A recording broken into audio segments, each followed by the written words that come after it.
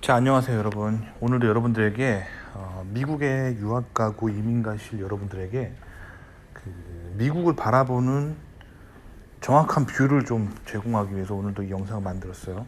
자, 여러분들이 미국에 와서 인생이 잘 안 풀리고 앞이 안 보이고 어디로 가야 될지 모르는 이유가 아주 간단해요. 인간은 기본적으로 왼쪽이 어디고 오른쪽이 어디고 요거를 구분할 수 있어야 돼요. 기본적으로. 그래서 아이를 키우면은 아이한테 밥 먹는 손이 오른손이고 왼손은 그 반대손이고 이거를 기본적으로 가르쳐야 되잖아요. 근데 한국 사람들은 이게 안 돼 있어요. 좌우를 구분을 못 해요. 그래가지고 국제사회에서 항상 왕따가 됩니다. 미국에서도 항상 왕따가 되고요. 왼쪽과 오른쪽만 구분하면은 인생이 되게 쉽고 아주 클리어해요. 그래서 제가 요즘 이걸 되게 강조하는 겁니다. 아시겠죠? 자, 지금부터 중요한 얘기하니까 잘 들으세요. 자, 한국의 정권이 우파 정권이라고 하면서 지금 국제사회에서 디지털 신분증과 디지털 화폐를 지지하고 있어요. 그런데 이 디지털 신분증, 즉 전자칩을 이렇게 만들어가지고 신분증 대신 하는 거예요. 나중에는 그 전자 신분증이 뭐 스마트폰에도 들어가고 막 그러다가 나중에 어떻게 되냐면 결국엔 피부 밑에 뭐 손등이나 이런데 피부 밑에 전자칩을 이식하려고 그러는 거예요. 그러기 위해서는 디지털 화폐도 반드시 돼야겠죠. 그거랑 디지털 화폐가 연동돼 가지고 그 현금 없는 사회를 만들려고 하는 건데 이게 미국에서는 좌파 진보가 주장하는 아젠다예요. 그러니까 지금 한국 사람들이 왼쪽과 오른쪽을 구분 못하는 거예요. 그러니까 제가 항상 말씀드렸잖아요. 한국 근현대사를 보면은 우파라고 하면서 좌파적인 행동을 하고 좌파라고 하면서 우파적인 행동을 하는 거예요. 그러니까 좌우가 막 헷갈려 완전 꼬여 있어요, 한국이. 그런데 원래 그 이승만 대통령이 세우려고 했던 국가가 이런 게 아니에요. 그 사람들이 좌파 우파를 아직도 뭔지 이해를 못했어요. 아시겠죠? 이 이승만 대통령이 미국에서 정치학 박사를 하고 한국에 보급하려고 했던 이 미국식 양당제, 미국식 자유민주주의란 게 뭔지 다시 한번 설명해 드릴게요. 자, 우파는 작은 정부예요. 작은 정부. 정부가 작아야 돼요. 자유시장 경제를 지지합니다. 그렇기 때문에 최소한의 시스템으로 운영하는 거예요. 좀 쉽게 말하면 아담 스미스의 보이지 않는 손, 그겁니다.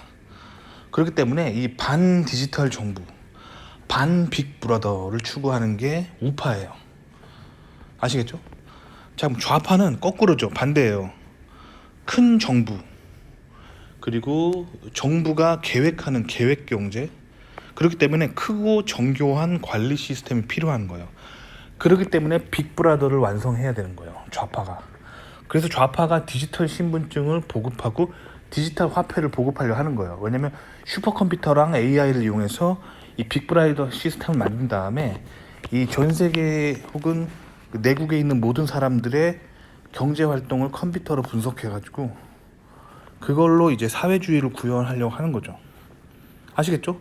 그러니까 좌파 우파가 이게 아젠다가 다르단 말이에요. 그러니까 사람들이 우파를 하는 거고 우파가 보수인 거고 좌파가 진보인 거예요. 자, 근데 왜 한국 사람들은 좌우를 구분하지 못하냐면, 자, 봐봐요. 초대 대통령인 이승만 대통령이란 사람은 그 미국에서 정치학 박사예요. 정치를 제대로 미국에서 배운 거예요. 정치 전문가예요.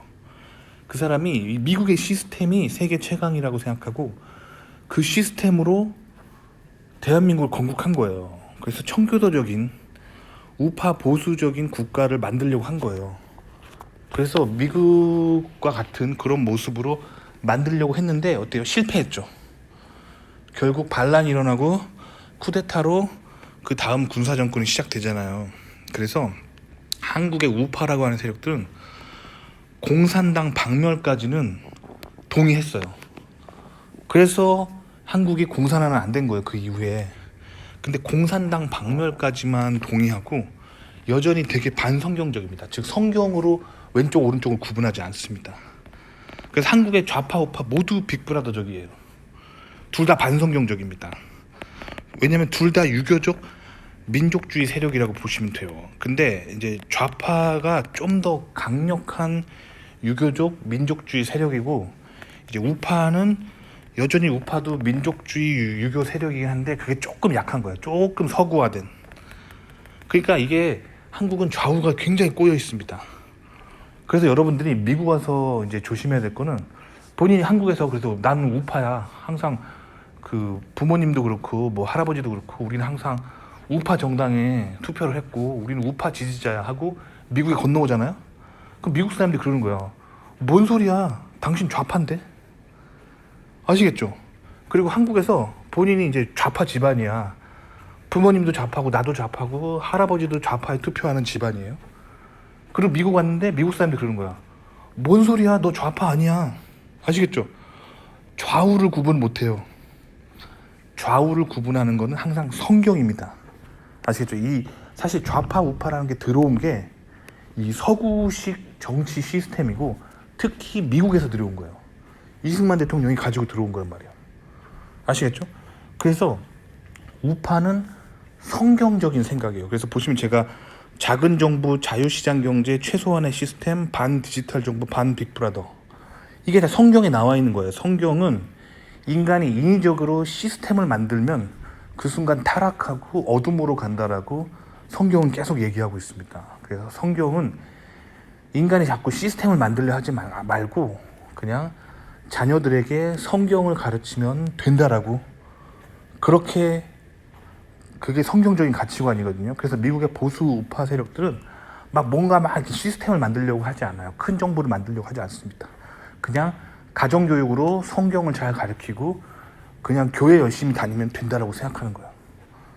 반면에 이제 좌파는, 미국의 좌파는 이제 반성경적인 세력이에요. 인본주의 혹은 무신론적인 세력이기 때문에 자꾸 큰 정부를 만들려고 합니다. 그래서 계획 정부를 이렇게 정부 프로젝트를 많이 만들고, 크고 그런 정교한 관리 시스템.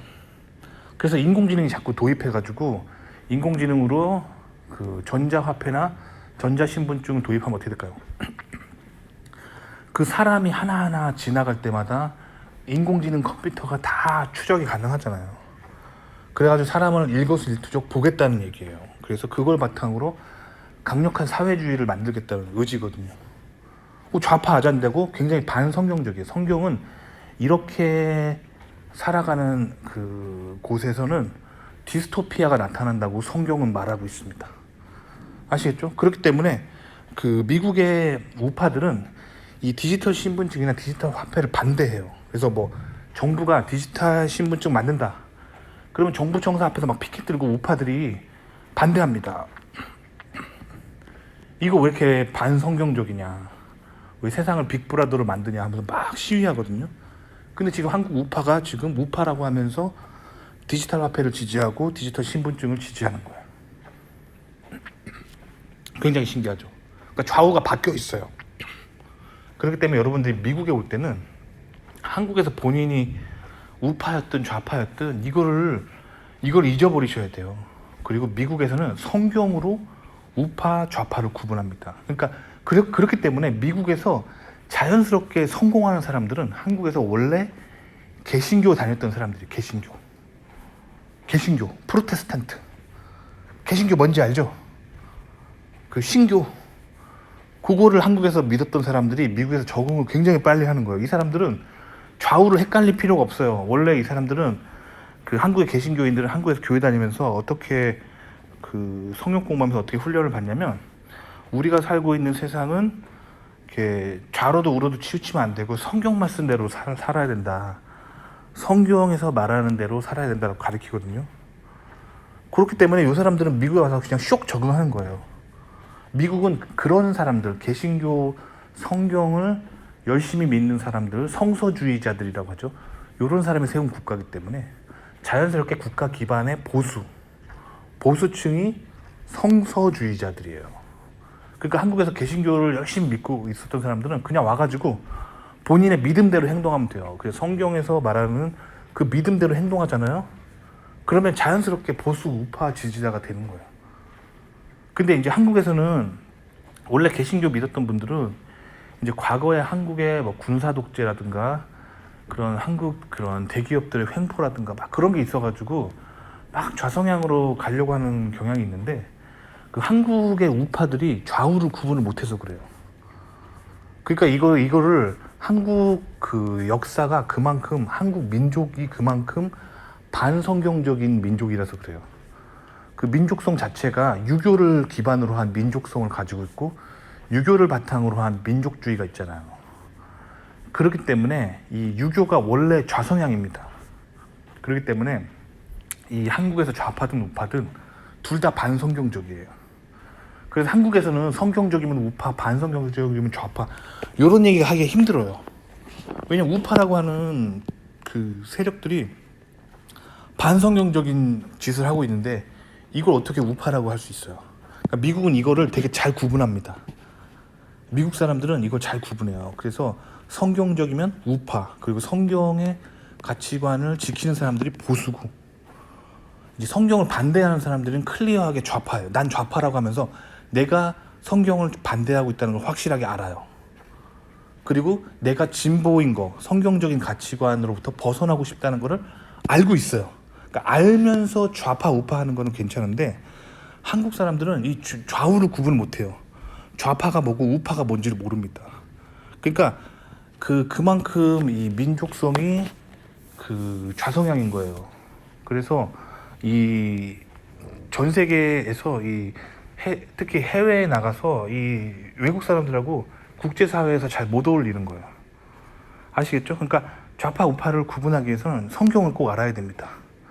한국만 몰라요. 한국은 이게 뭔지도 모르고 그냥 이렇게 해요. 한국 사람들은 어떻게 좌파 우파를 구분하냐면, 나 공산당이 싫다, 이 종북하는 사람 정말 싫어, 그러면 우파에 찍는 거야.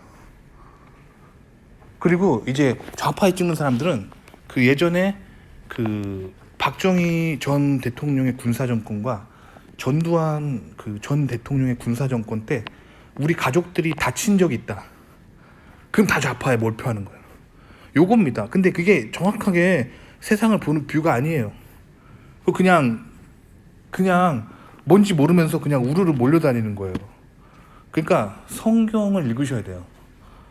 안 그러면 이 한국에 이 좌파 우파가 이 사람들이 뭔지 몰라요. 뭔지 모르고 그냥 이익 집단이 되는 거예요. 아시겠죠? 자, 미국에 건너오실 분들은 항상 명심하십시오. 미국은 성경적이면 우파, 반성경적이면 좌파인 거예요. 그러니까 간단해요. 내가 성경을 읽고 성경 말씀대로 나는 살려고 한다, 이거 우파예요. 미국에서 이게 보수입니다. 그리고 이제 나는 성경이 싫다, 나는 개신교인 아니야, 그리고 난 성경에서 말하는 거랑 나랑 무슨 상관이야, 이 좌파입니다. 미국에서.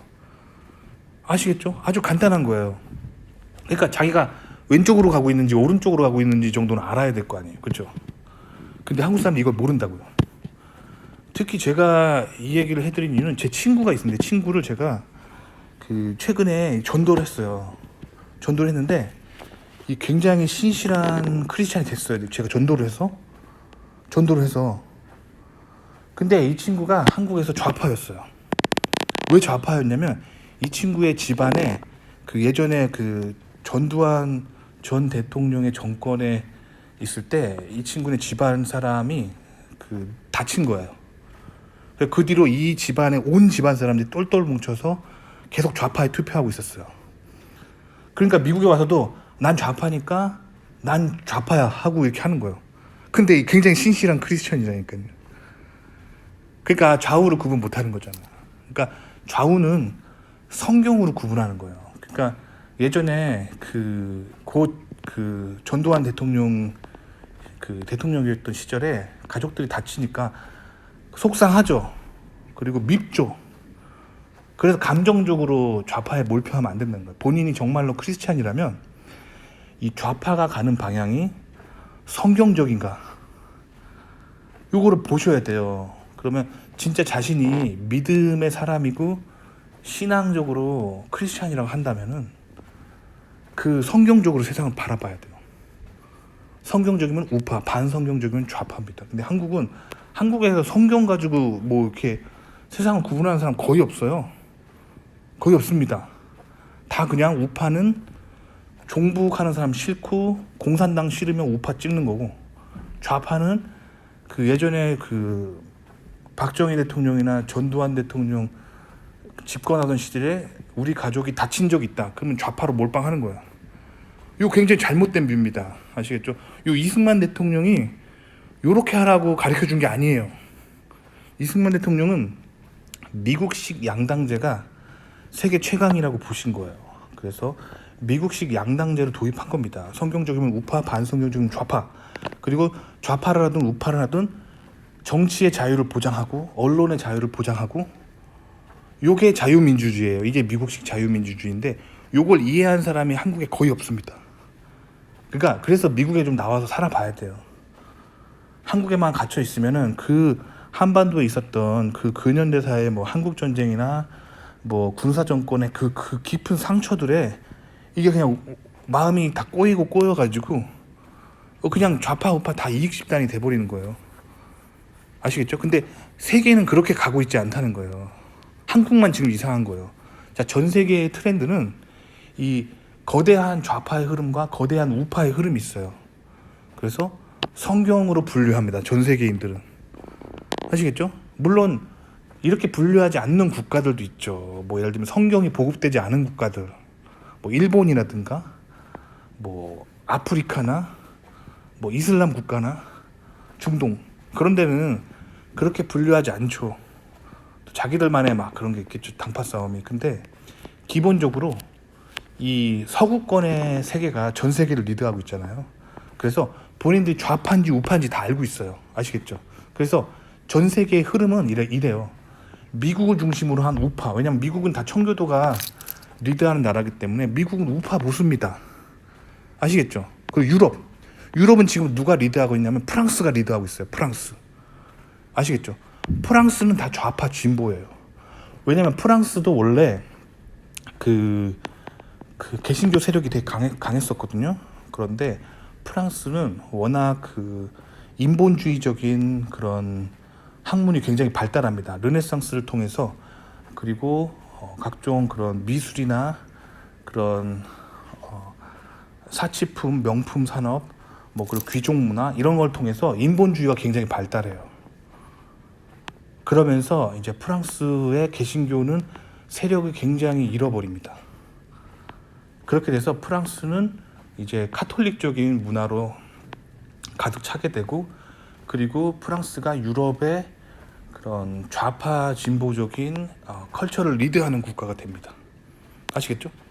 그래서 전 세계는 미국을 중심으로 한 보수 우파와 유럽을 중심으로 하는, 특히 유럽의 리더인 프랑스를 중심으로 한 좌파 진보, 이렇게 전 세계 문화는 가고 있어요. 요걸 볼 줄 알아야 돼요. 근데 한국에서는 요걸 못 본다니까요. 왜냐면 좌우를 구분 못해. 우파라고 하면서 좌파적인 정책을 내놓고, 좌파라고 하면서 우파적인 정책을 내놓고, 이 뭐 좌우가 헷갈려요 항상.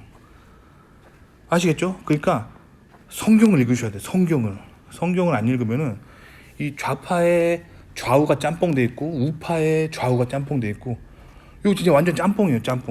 짬뽕이고 그냥 북한 좋아하면, 그리고 군사정권 예전에 대통령들 싫어하면 다 좌파고,